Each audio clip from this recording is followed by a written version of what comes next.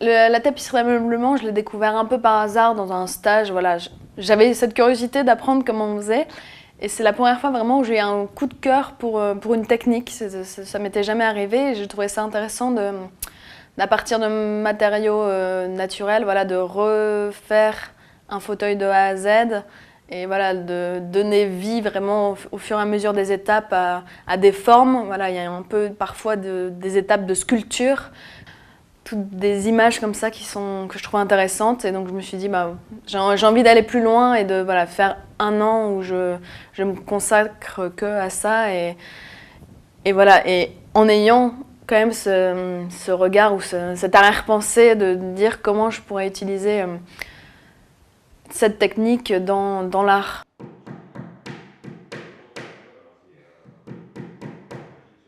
La série des écorchés, ce sont des restes de tissus ou revêtements d'ameublement qui recouvraient des fauteuils. Et donc je viens récupérer ces pots pour venir les replacer au mur. Et donc ça devient comme des totems. On passe de la 3D à la 2D.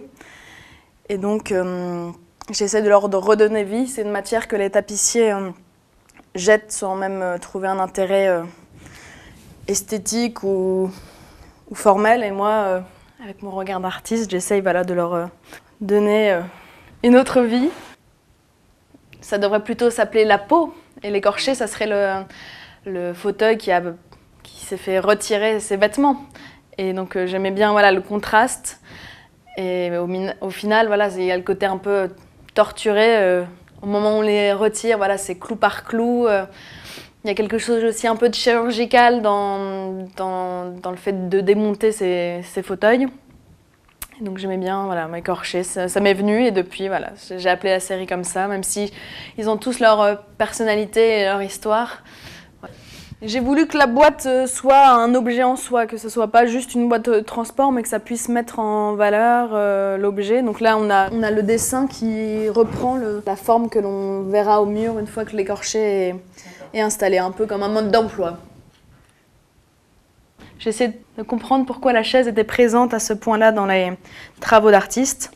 Et donc en creusant un petit peu, je me suis rendu compte que c'était un peu comme un être humain. Ça montre la présence humaine malgré l'absence de corps humain. Et là, le deuxième travail que j'ai élaboré à partir de chaises, ce sont les suaires, qui sont cette fois-ci des empreintes de chaises. Alors c'est juste par le biais de la poussière, de la teinte ou de la crasse qui est sur les chaises que je viens emprisonner leur histoire, leur forme. Ce qui est intéressant, c'est de voir aussi les différentes techniques qui sont utilisées. Par exemple, là, on a le motif du canage qui vient s'imprimer. C'est vraiment une technique d'impression. Presque parfois un petit peu de la photo argentique, il y a un peu aussi ce côté-là. Un peu une temporalité et on positionne le processus et après il y a une histoire de temps. Le temps qui va révéler l'image finale. Pareil, quand les chaises sont recouvertes de ce tissu blanc et que tout d'un coup on sent que la teinte vient transpercer le tissu un petit peu comme ça donne quelque chose d'assez presque impressionnant, un peu énigmatique. Moi j'adore. Et voilà, chaque histoire est différente selon le fauteuil qui va être utilisé. J'adore l'histoire que les gens ont. Et je trouve que, justement, avec les sièges, c'est particulièrement vrai. Et ça me touche. Je me dis, ouais, c'est vraiment quelque chose voilà, une présence. Et je trouve ça assez poétique. Et à la base, je suis partie d'un dessin où autour de la chaise, je viens la contourner plusieurs fois. Donc ça devient une forme un peu abstraite à la fin. Et ça évoque le bois, les veines d'un arbre. J'aime tester différentes choses. Voilà, quand on parle tout à l'heure de la gravure, aussi de la photographie, voilà, je suis encore une touche à tout. Il n'y a pas un médium qui me comble entièrement. La technique que j'ai utilisée avec les suaires, Je l'utilise maintenant avec d'autres supports, plus forcément des sièges. Mais j'aimerais bien essayer de trouver d'autres tableaux qu'on pourrait croire sans intérêt et de venir en faire des suaires pour voir ce qu'ils peuvent dégager une fois qu'ils laissent leur empreinte. Quelque chose de plus abstrait. Et parfois ça va marcher, on va réussir à en tirer une trace et parfois on va laisser agir et on n'aura rien. Donc c'est toujours un peu le côté mystérieux, le côté du hasard que je trouve toujours très intéressant.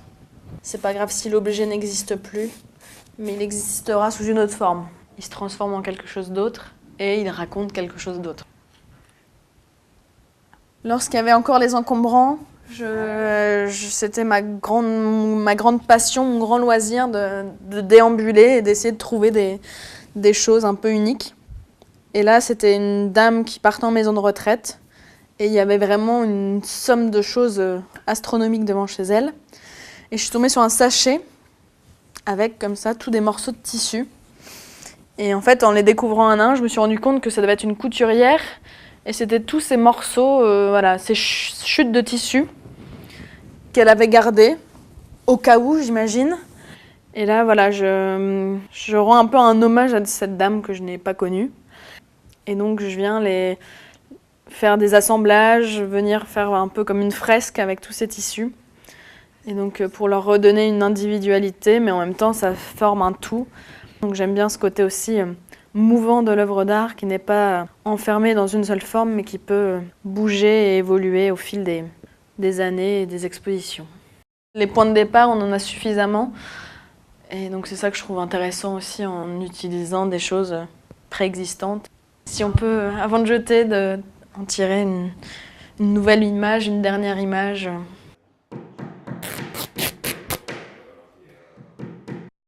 Ça marche ? Ouais, ça marche, c'est très bien. Ouais, parfait. Bon.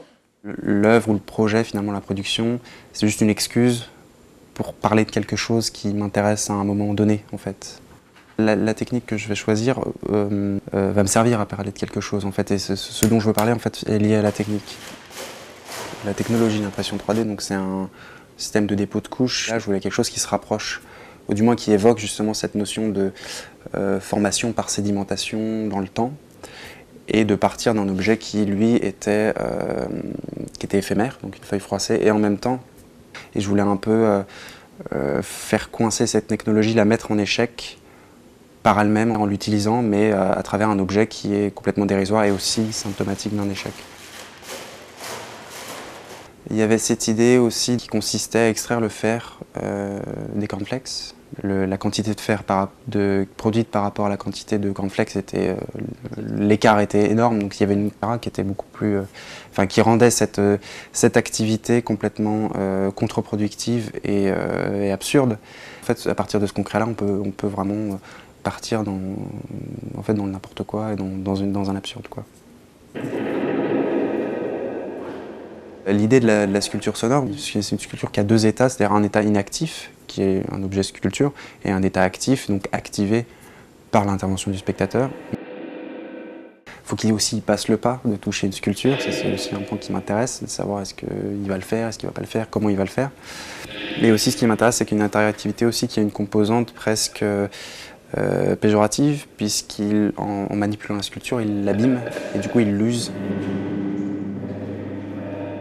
Il y a une forme de délégation de la production à un inconnu, une variable. Ça peut être plein de choses, un programme informatique, le spectateur, etc. Et ça, c'est quelque chose qui est toujours présent dans mon travail, en fait. C'est peut-être la seule ligne directrice. C'est un projet qui est basé sur une vieille idée, mais c'est une boîte qui contient en fait une photographie argentique en noir et blanc, qui a été révélée mais qui n'a pas été fixée. Si la boîte est ouverte, l'image est découverte, mais du coup, par la lumière, s'efface. Donc il ne peut y avoir qu'un seul spectateur, parce qu'une fois que un spectateur décide d'ouvrir la boîte, l'image, du coup, est révélée à la lumière, mais en même temps couverte. C'est la notion de découvrir et en même temps couvrir, effacer. Oui. Du coup, en faisant ça, le spectateur devient aussi l'unique propriétaire de l'œuvre. En fait, il devient propriétaire de l'œuvre, non pas en l'achetant, mais en la révélant et en la détruisant en même temps. Une fois que la boîte est ouverte, l'image ne peut exister que par l'intermédiaire du spectateur qui l'a découverte. et le spectateur n'a pas vraiment moyen de vérifier la véracité de cet énoncé. Et il y a ce jeu-là justement qui se joue aussi. J'ai travaillé sur ce qu'on appelle en intelligence artificielle la reconnaissance de forme et le langage naturel, qui consiste en fait à demander à un programme qui utilise de l'intelligence artificielle de dire ce qu'elle voit dans une image sous forme de langage naturel. Et je voulais en fait utiliser cette technologie pour des choses complètement abstraites et l'amener vers autre chose en lui demandant d'écrire en fait des nuages. Donc c'est des choses complètement absurdes aussi, mais c'est effectivement la vision machine du monde. Comment un être qui est aussi doué de langage, parce qu'on lui donne un langage, voit le monde, et cet apprentissage, ça c'est fait par des humains. La manière dont elle va voir le monde est conditionnée par l'humain. C'est-à-dire que c'est pas un état sauvage de comment une intelligence artificielle verrait le monde, c'est quand même conditionné. Et voilà, et c'est aussi une grande source de méfiance, alors qu'il y a aussi cette beauté-là, c'est-à-dire de savoir comment est-ce que une autre conscience, d'une certaine manière, même si c'est faussé, peut voir le monde. Ça paraît peut-être un peu bête, mais l'art, ça me permet de toujours récupérer ce qui se passe ailleurs. L'idée, c'est justement d'être dans cette espèce d'espace qui n'a pas vraiment de limite, qui a des codes évidemment, mais c'est une motivation pour être toujours aux aguets de ce qui m'entoure, d'un rapport au monde, par rapport à des choses vraiment très diverses. L'ISS, depuis quelques années, embarque des caméras qui filment en continu la Terre, donc vue depuis l'espace. Et du coup, l'idée là, c'est de rajouter une caméra sur Terre qui va faire venir un champ contre champ entre moi, sur Terre, qui filme l'ISS dans le ciel, qui passe, et l'ISS qui me filme depuis l'espace. Donc c'est une espèce de synchronisation de temporalité dans deux espaces différents pour faire une sorte de scène de cinéma complètement un peu sauvage, quoi. L'espace, ça, en fait, on arrive à quelque chose qui nous extrait un peu de la gravité du sol, qui nous extrait un peu de qui porte vers quelque chose de beaucoup plus. C'est pas forcément scientifique, c'est plus une échelle en fait, qui est plus une échelle humaine. Une œuvre n'est jamais qu'une forme possible d'un même projet, d'une même idée. Ça, c'est jamais là. Il ne peut pas y avoir de forme parfaite, il ne peut pas y avoir de quelque chose qui synthétise ou qui arrive à contenir toutes les idées ou tout. C'est toujours qu'une forme possible, qu'un possible parmi d'autres en fait.